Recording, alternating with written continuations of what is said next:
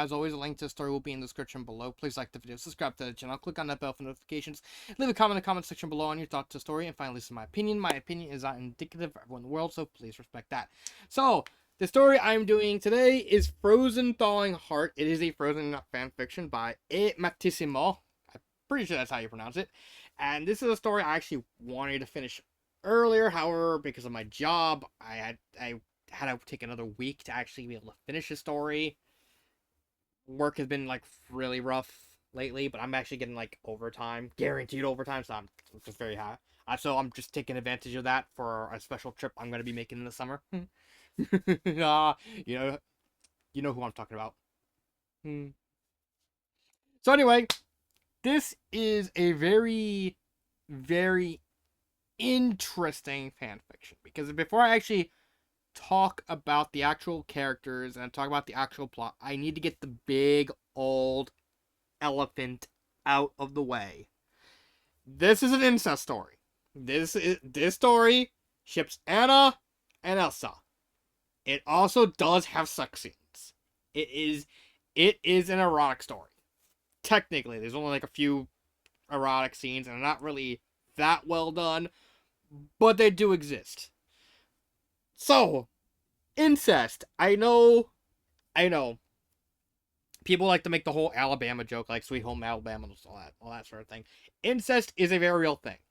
It's a very disgusting thing, but saying that it's not real or it doesn't happen is very much a lie. There are people that this does happen. Like, yeah, people do fall in love with siblings. I think, like, I'm pretty sure UK had like some kind of law in saying that you can actually marry your first cousin. I think that's trying to be pushed again. I don't know much about that, and because I'm not too much into politics, but I heard funny things about that is an actual thing that exists in UK law. So yeah, it's funny. However, you gotta take into consideration what time frame this story takes place in. Frozen takes place in the late 1800s, and it's very much caused as a sort of a monarchy. Basically, Elsa is, for all intents and purposes, a monarch. And the thing about monarchies and royal families, especially like the medieval times, they were really obsessed with trying to keep the bloodline pure. This included very much having sex with their own family members, if it meant keeping the bloodline pure. That is an actual thing. Nowadays, yeah, you're most likely, if you're going to be committing incest, you're going to be committing incest by complete accident. You're probably just going to be having sex with like a relative you're not even aware is a relative. But this story is really, really upfront and very, very key, involving the whole incest theming. It does play a huge part in the story, and I needed to get that out of the way before I talk about the plot, because otherwise I won't be able to fit it literally anywhere else. So what is this plot about? Well, Elsa is basically being forced to marry by her committee. Basically, while she is technically the monarch, she does have a sort of selection of people that she can bounce off ideas and hear what's going on, to basically try and help come with decisions. They basically tell her, you need to get a husband for two reasons. One, you need to keep the bloodline pure. You need to have an heir, so that way when you pass away, that heir can ascend to the throne. In essence, just monarchs being monarch stuff. Alright, fair enough. The other thing is more poignant. They are completely worried about Elsa inadvertently killing everyone. Remember, Elsa has ice powers. Elsa, at the end of the first Frozen, nearly killed everyone in Ariandel. That's not even like an exaggeration. No, she nearly did that. And if it wasn't for Anna, she probably would have killed everyone. Or at least killed a lot of people. So that's the other reason why they wanted her to marry. they figured, okay, if she has a husband, the husband can keep her happy, and thus we don't have to worry about the whole everyone dying by a mood swing sort of deal. So there is like legitimate reason why they're trying to kind of shove her off onto a marriage and set up an arrangement thing. And even Elsa actually agrees with these men, realizing, yes, it is very risky for me to constantly rule by myself all the time because, the most random mood swing, like if I get upset, I could potentially hurt people. I don't want that to happen.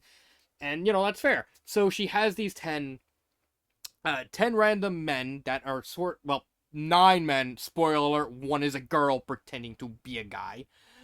From all these 10 kingdoms, they're meant to come to Ariandel and try and woo Elsa, try and to see who is worthy of being king. The only ones that are important to the plot are a man by the name of Darian and King Arthur, who is also the girl. In essence, her real name is Arthuria. It's basically a female King Arthur. But she's maintaining the illusion of not only being a king, but also she's also in a lesbian relationship with her head. I guess you could say chief of staff. Does not really establish what Rin's role within King Arthur's court is. Because in fact, this is very much based off King Arthur. So probably like chambermaid or like it's unknown. I don't know much about King Arthur and what Rin could be based off. Maybe probably not Lancelot or something like that. Point is, these are the two most important members of the arrangement that Elsa is technically pursuing. However, partway through this sequence, Elsa finds out 2 specific things. One, her chief maid, a girl by the name of Gerda, is helplessly in love with Elsa and is basically trying to not only put the moves on her, but also kind of guide her towards Anna. Because because of an outside influence. Which leads into the other issue that Elsa finds out about is one of the gifts she gets, which is this big ornate mirror, is cursed.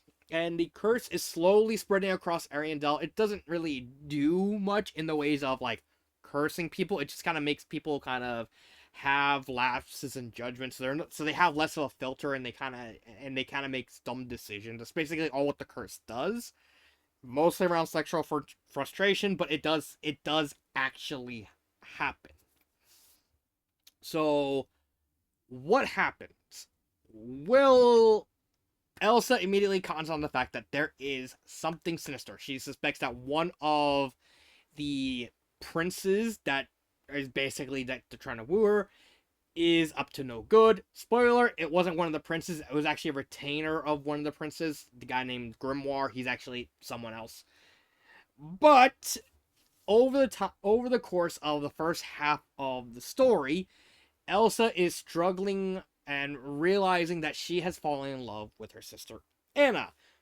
But Elsa is also having trouble wanting to pursue the relationship because of the simple fact, one, she is trying to get an arranged marriage to try and basically keep the spirits of Ariandel up, and also make sure she doesn't inadvertently hurt someone in case something goes wrong. And 2, the fact that Anna is her own sister. Like I said, incest is very much an important plot element in this story. However, over the course of the story, Elsa basically says, you know what? I'm going to try anyway. Tries to woo Anna, just at least wants to attempt it, even if she ultimately fails in the end. She wants to at least just being able to go for it would make her happy. Anna does decline because she's kind of weirded out about it, but then eventually it's revealed that she is actually in love with Elsa too, but she was just so nervous, and also her relationship with Kristoff really complicated the entire issue.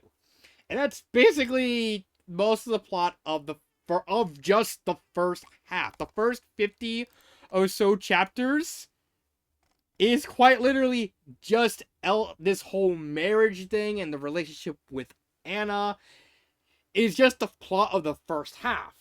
The second half has to do with a character by the name of Double, who is this mysterious troll that was shunned by the other trolls, including Grandpappy, and he's just a mysterious character. I'll talk about him more when I get to the characters, but just so you know, Devil is really really good, and I really loved how his role is in the overall story, especially in the second half, because he takes more center stage in the second half of the story. But plot wise, he's basically playing a whole bunch of things. He's quite literally mentally testing Elsa, and Elsa's also struggling with like the new responsibilities, and also trying to open up not only herself but also to like the entire kingdom. Is like, should I just reveal to other people that I'm in love with my sister? And like like every time she thinks of that, she also thinks of the harsh reality that incest is fucking gross. It literally is. And that kind of backs her off from wanting to carry out that thought until until the very end, where she basically is like, you know what, I'm gonna do it anyway. And she reveals that, she's hopelessly in love, and she even engaged sexually with her sister. And the entire kingdom and Ariadel basically is like, uh, but they do actually eventually warm up to her, because like we're willing to like, not even that they don't hate it. It's still implied at the end that they still are still kind of grossed up by the incest angle of the whole thing. But they're all universally like, we'll look away. As long as you keep it in the bedroom and you don't flaunt it everywhere, we're just happy to just turn the other way and just ignore it. Like, yeah. It is, and that leads to a lot of the conflict in the story, because again, the incest is actually played very much for drama, and it's treated as like a legitimate real issue. It's not like a lot of stuff involving incest, like in literotica, where most of the popular fics on that site are incest fics. Yeah, don't ask me how I know. I actually found that from TV tropes. Yeah, TV tropes mentions a porn website. Go to Thunk. The point is, the whole act of incest is actually treated very seriously throughout the entire story, and I like how that is handled, with everyone being more skeevy. Like even people are like, we're kind of weirded out by you being in love with women, but we're like, I mean, we could probably get used to that. But your own sister. Uh, and even like people have like realistic reactions to the whole thing, like Darian at the end, where he asked Elsa, said, do you really love your sister like that? He said, yeah. And he's like, you can actually visit, and the wordplay is actually done in a way that that actually shows him fighting himself, because like part of him is like, this is really disgusting, but on the other hand, part of him still widely respects Elsa, because one, she's not trying to hide it, and two, the fact that she came so far along of like wanting to be a good queen, like even accepting Darian to like move to Ariandel, because Darian is basically kind of more or less sort of an outcast in his kingdom. And so, like, yeah, I'll literally make you head, like, the chief of staff, like, my head guard. Because I actually care about you as a friend. Like, and she even asked him for, like, input and advice and all that. So it's like, you physically see, like, the two halves of him, like, the part that's, like, disgusted by the incest, and the other half by having like lots of respect for Elsa as a person, just clash at each other, and eventually the respect actually wins out over the incest, and he's like, I'll ignore the incest stuff, because I still respect you as a person enough that I can focus on that and ignore the romance stuff. It's really well done. It's a very long story. It is near 500,000 words, and it uses a lot of that words to tell the proper story and also constantly portray the elements, the themes that it's trying to tell, and the overarching plot. Because ultimately, this is not a deep plot. The deepest the story goes with the plot is involving Devil. But I do appreciate the level of care and attention and detail that the author does go to really treat the idea of incestual relationships as a very serious topic that is discussed in like a very mature way. Because it does broach the whole deformity thing, which is why most people disapprove of incestual relationship, because it does cause like mental deformities and all that. And that is very much a real thing. However, Elsa's counter is like, we don't me and Anna don't plan on having kids, and at best you could probably might adopt. I mean, I know there's a sequel, so who knows? Be really weird if they actually try the whole having a kid thing. That'd just probably be taking things too far. But point is, it is the whole incestual angel angle is treated with very serious, and is very much discussed on both its pros and cons in specifically this context. And I really think that's a really nice touch. It adds a very, very intricate layer and it gives a sense of dramatic gravitas to a lot of stuff that happens because of everything that's going on between the arranged marriage, Anna breaking up with Kristoff, the deteriorating relationship between Elsa and Anna and the trolls, Devil's interference throughout the entire story, the fact that that she sees herself wanting to be selfless, but having to learn to be selfish from like interacting with everyone. It's a really well done plot, and I'm not giving the plot justice. It's magnificently done in how it treats everything involving the subject matter. And this is one of those cases where I can't. This is one of those plots that you kind of need to read to see how well it's done, because all I can really do is summarize it as much as I can. But I'm not. But I'm willing to admit that I can't give this plot justice. Characters. There's three characters, technically five if you count Darian and Arthur. But for the sake of this review, I'm not going to talk about those two. I will say both of those characters are as well done as you could handle them, with Arthuria more or less being the closest thing Elsa has to like a wingman, despite the fact Arthuria was planning on marrying Elsa to basically maintain the illusion of a marriage. Just like, yeah, you can have we'll be married, and I can basically eat out my girlfriend, you can eat out your sister. Yeah. And Darian's whole struggle with like wanting to open up, and despite being this muscle bound man, actually has a lot of deep seated respect, especially when Elsa starts physically training with him to learn how to use a sword. But for the sake of this review, I'm only going to talk about three characters: Elsa, Anna, and Devil. Elsa is really well done. I loved what the author did with Elsa's character. The author wrote her as a very deep and introspective woman, because she's at the beginning she's very understanding on why the council is trying to do the arranged marriage. She's completely even agreeing with them, because she ultimately doesn't want to hurt the people of Ariandel, so she's willing to bite the bullet, get into an arranged marriage, hopefully find love, and hopefully she'll have a way so that way she doesn't have to hurt anyone with her ice powers. And then there's the mental struggle of wanting to tell Anna that she does genuinely love Elsa. She does genuinely love her in that way, and trying to come to terms with the fact that not only is it a lesbian relationship, it's an incestual relationship. And even like growing as a person, like she stops being like, due to Devil's Devil's whole shenanigans. She learns how to be like an actual queen. Like she's like being more extroverted and wanting to open up more. She's physically training herself. At the very end of the story, she actually deals a magic duel with Devil because she's now so unafraid. She's not even afraid of her own powers anymore.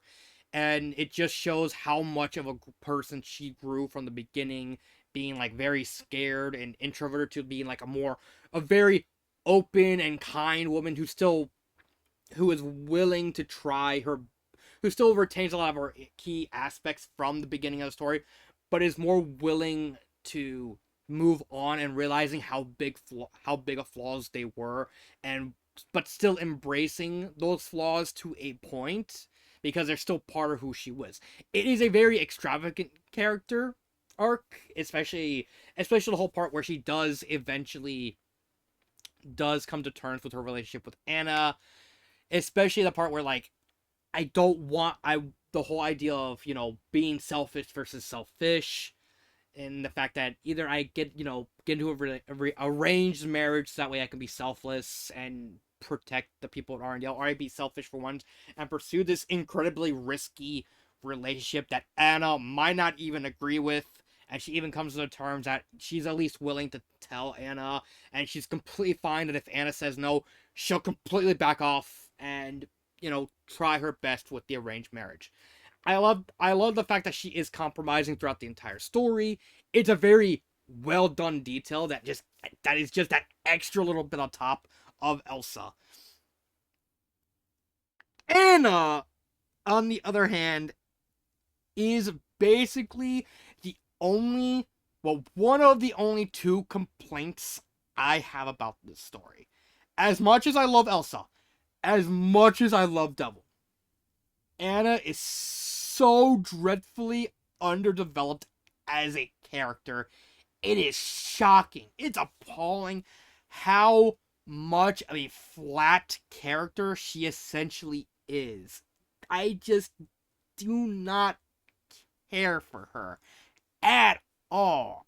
And this would be fine if not for the fact that Anna plays such an important role in Elsa's character arc, and also an important role in the overarching story, especially in the second half. Like she's more or less a supporting character in the first 50 or so chapters, i.e. the first half, but she pretty much becomes a main character like once you get like the 40s and the 50 and the 40 chapters and the 50 chapters and above, like where, yeah, like right around here is when she starts pretty much just becoming the other main character along with Elsa.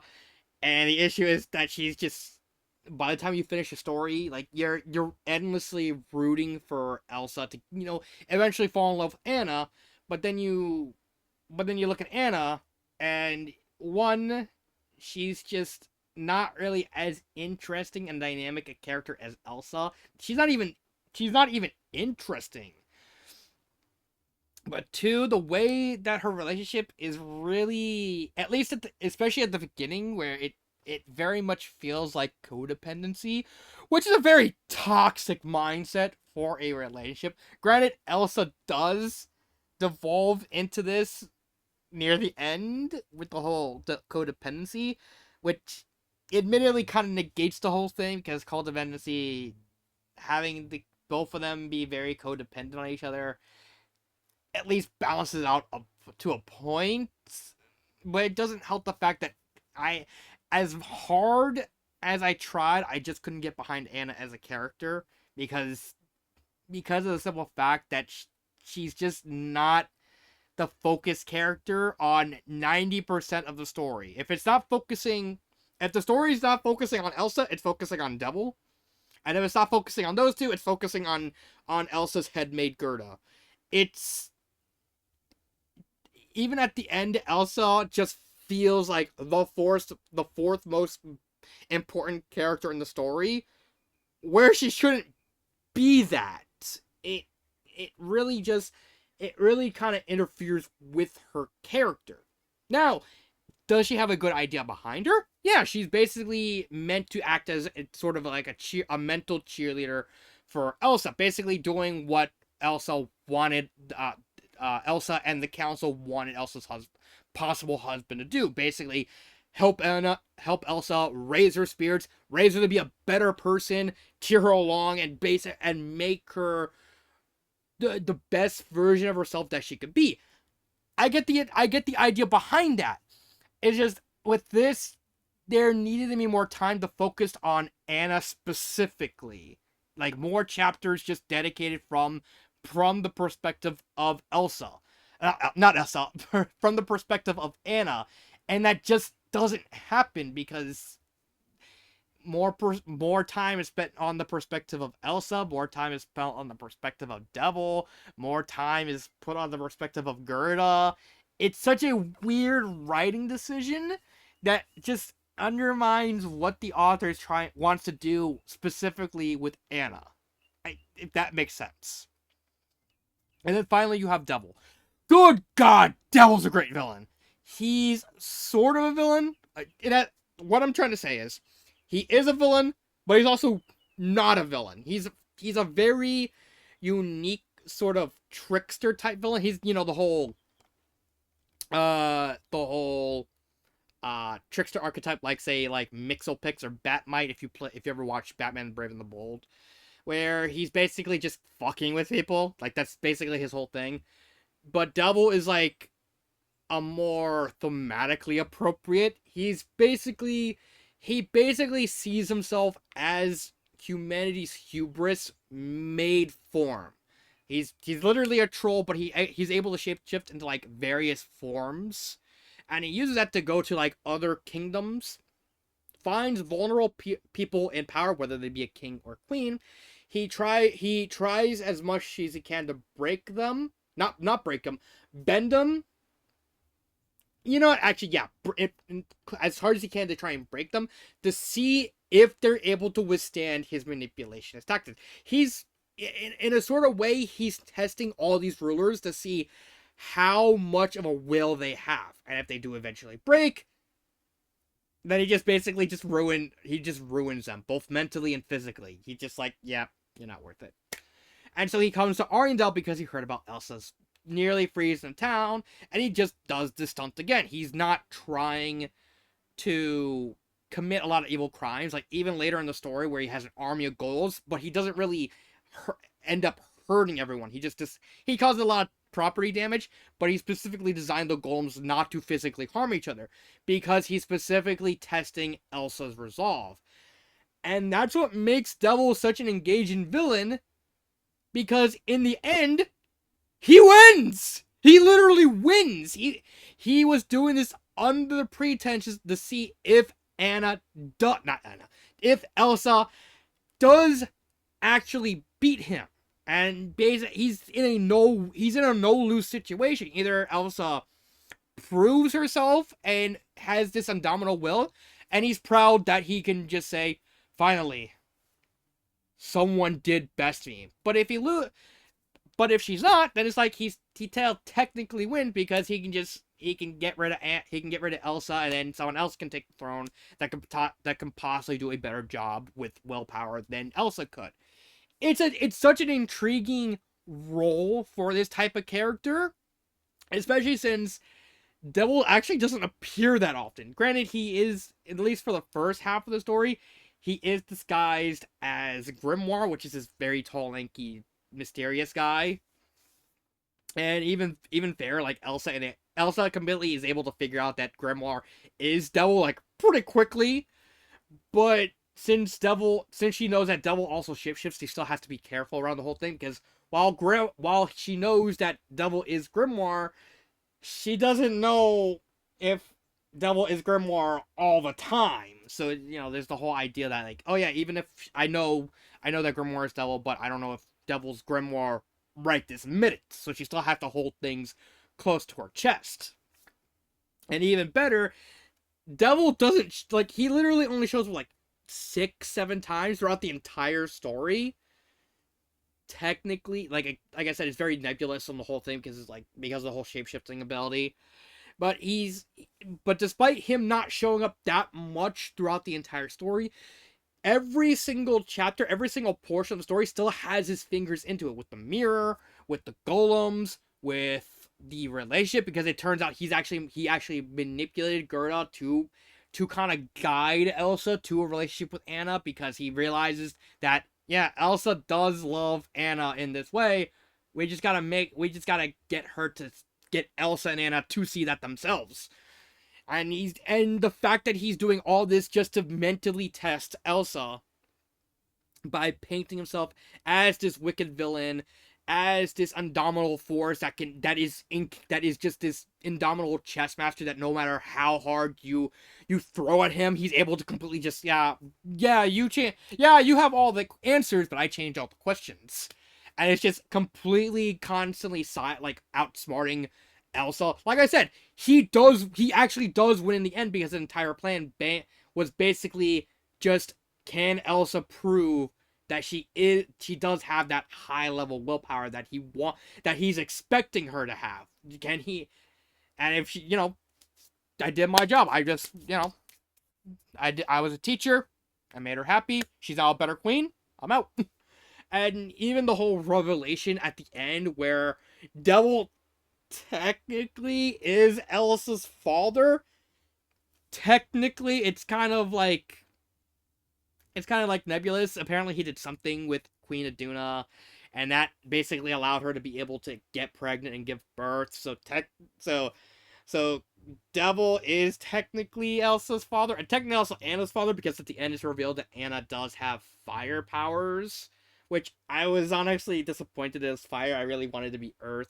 Granted, Devil does have earth powers, so it doesn't even out. We do get like an earth magic user in the fic. It's just not Anna. But ultimately, also the king is also Elsa's father. Again, it's a really weird situation. But Devil is such a great villain. I think he's probably like the best villain I've ever read since Valkyrie from Fusion of Destinies 2. That's how good Devil is as a villain in the story, that he's able to match up with Valkyrie. And Valkyrie is my favorite original character villain in any fanfiction ever. That's a high bar to even meet, and Devil just gets there easily. So yeah, those are the main three characters. I like Elsa. I love Devil. Anna should be better. And that's it. Grammar and sentence structure. Sentence structure is fine. However, I have to actually point out the grammar. The apostrophe. These. Why? Now, the last time I talked about this in a fanfiction review, there was the assumption that, okay, just putting the apostrophes kind of just save time instead of using quotation marks, because apostrophe and quotation marks are the same button. You just gotta use shift. This story has no excuse, because the author doesn't use quotation marks. Why does the author use quotation marks for everything besides what quotation marks are meant to be used for in a story? They're meant to denote dialogue. Why is it not used for dialogue? I don't know. This is more funny than bad, because you're still able to tell, because apostrophes are used for every bit of dialogue. But if you're not used to that, you're just completely confused, because like, why is there no quotation marks here? Why are there quotation marks literally a sentence later? It's just so fun. It's just so weird. Just like a really weird decision. And it's even worse, like, he uses everything about the dialogue. The author uses the quotation marks like correctly, but it's just a weird writing decision. Yeah, pacing wise, and also the fact that technically, if we're going for a drama and all that, it's really well done. It's paced perfectly. It's slow, but whenever like an emotional but it slows down even more whenever like either a conversation happens or a very deep emotional moment happens. It's a very slower paced story. That's not for everyone, but ultimately, if you're a fan of drama, this is a very good role for you. Now, would I recommend the story? Yes, I would recommend the story. I was considering putting this in Better Off Alone tier. I legitimately was, but Anna's entire character being just so underdeveloped to the point where she is a pretty bad character, especially especially right when you compare it to Elsa and Devil, where they're just amazing. Anna herself just basically takes this story out of Better Off Alone tier. Again, I have nothing but the utmost respect for this, but just Anna just gets it, just stops it short. Favorite part? Easily Devil. Just anytime when Devil shows up, he is just an intriguing villain. I really love the thematic elements behind him. I think he's really well done. And I love the fact that even when he's not showing up, you can just feel like the impact of what he's doing, what he's planning, and the fact that I didn't even mention that his plan has so many layers, like the mirror, like oh, okay, the Elsa immediately counters the mirror, like oh she is able to tell that the mirror has a curse in it, so it's like it's get rid of the mirror. However, Grimoire implied to actually have Descott turned into someone else, stops the mirror from processing, and hides it in Elsa's house. And even before, because all the suitors actually got gifts, uh, hid all of the notes regarding all the gifts. So that way Elsa can't even attempt to figure out who sent what. And then when Elsa eventually does go to the Ice Palace, she sees the mirror but she also sees Marshmallow destroyed. Elsa's idea is like, okay, probably destroyed Marshmallow because Marshmallow could probably destroy the mirror. Revives Marshmallow, tells him destroy the mirror. Marshmallow just tries to destroy the mirror, doesn't get destroyed because it's made of magic and it's made of tougher stuff. So Elsa has to rest and eventually go back to the Ice Palace to basically use her magic to destroy the mirror. However, the mirror had a spirit inside of it that corrupted Darian, and he basically attacked all of her knights. And Elsa basically had to and the knights had to basically physically knock him out, and Darian had to actually wrest control and stab himself in the gut, like just to be able to get stunned long enough to get the spirit out of him. It's just the mirror itself is just very intricate, because every time they think, oh, the mirror has something going on with the mirror, dealt with the mirror, it's like, nope, no, yeah, no, got a backup, and then a backup for the backup, and then a backup for the backup for the backup. It's really just the mirror itself is very intricate. Like I said, Devil's a great villain, but he's also not technically a villain. Again, it's weird. But I love this story. It really is well done. If there's anything I would change, I would just simply add more parts of the story where that focuses specifically on Anna, so that way you can better flesh out her character. I believe in the sequel it does do that.